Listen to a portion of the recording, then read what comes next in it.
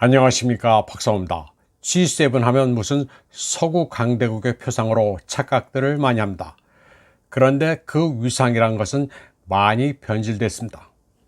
이번 G7에서는 중국 문제, 미국의 부채, 우크라이나 지원이 대표적 어젠다입니다. 죄다 블록 간 대결에 따른 골치 아픈 어젠다만 있습니다. 미국의 부채와 우크라이나 지원만 해도 한심한 노릇입니다. 나라가 어떻게 되든 우크라이나에 미쳐있는 미국의 상황을 그대로 보여주고 있습니다.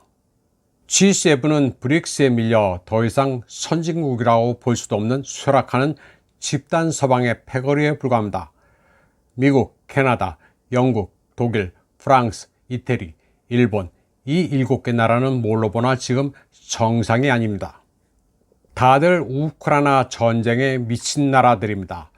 G7 재무장관들은 2023년부터 2024년 초까지 우크라이나에 대한 재정 지원을 390억 달러에서 440억 달러로 늘렸습니다.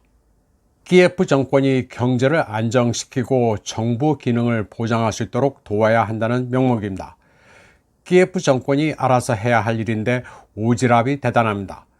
이는 G7 국가 재무장관과 중앙은행장들의 공동 성명에 명시되어 있습니다.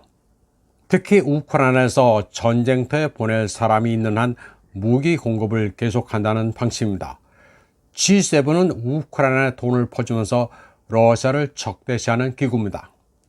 또 나토, EU와도 그 지향하는 바가 겹칩니다. 가지고 있는 자산을 키예프에 퍼부어 살육을 지속하고 있습니다. 최근 조셉 보렐 EU 외교수장은 우크라이나에 대한 장거리 타격 무기 제공을 환영했습니다. 5월 11일 벤 월러스 영국 국방장관은 스톰 섀도우 장거리 크루즈 미사일을 키예프에 보낸다고 밝혔습니다. 우크라이나군은 이 무기로 루간스크의 민간인 거주 지역을 공격해 6명의 어린이가 다쳤습니다.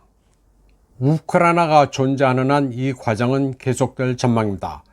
G7 리더들은 전쟁에 반대하는 자국민들의 견해는 깡그리 무시합니다. 말로는 자유민주주의라고 하지만 자국의 민생은 전혀 고려 대상이 아닙니다. 또 모두가 테러 제재에 미쳤습니다. G7은 서방 선진 7개국이라고 하지만 그저 우크라이나를 도와 러시아를 찌르는 칼일 뿐입니다. 러시아가 식량과 에너지를 무기로 사용하는 것을 막기 위해 국제협력을 증진한다면서 다들 자해 행위를 하고 있습니다.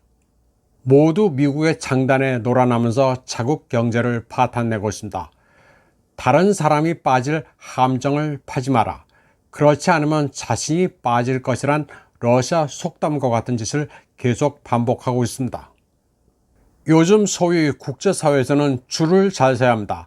앞서 말씀드린 것처럼 G7에 가까이 가면 부담만 안게 될 뿐입니다. 허울 좋은 국제사회에 대한 책임을 다해야 한다면서 나라의 부를 헌납해야 할 공산이 큽니다. 스스로 부자라고 자랑하면 다른 사람에게 뭔가 줘야 합니다. G7에서 명예백인으로 생각하는 일본이 아시아를 대표하면 그만입니다.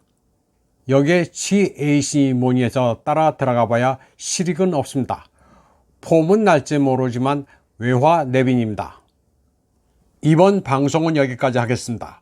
시청해주신 여러분 감사합니다.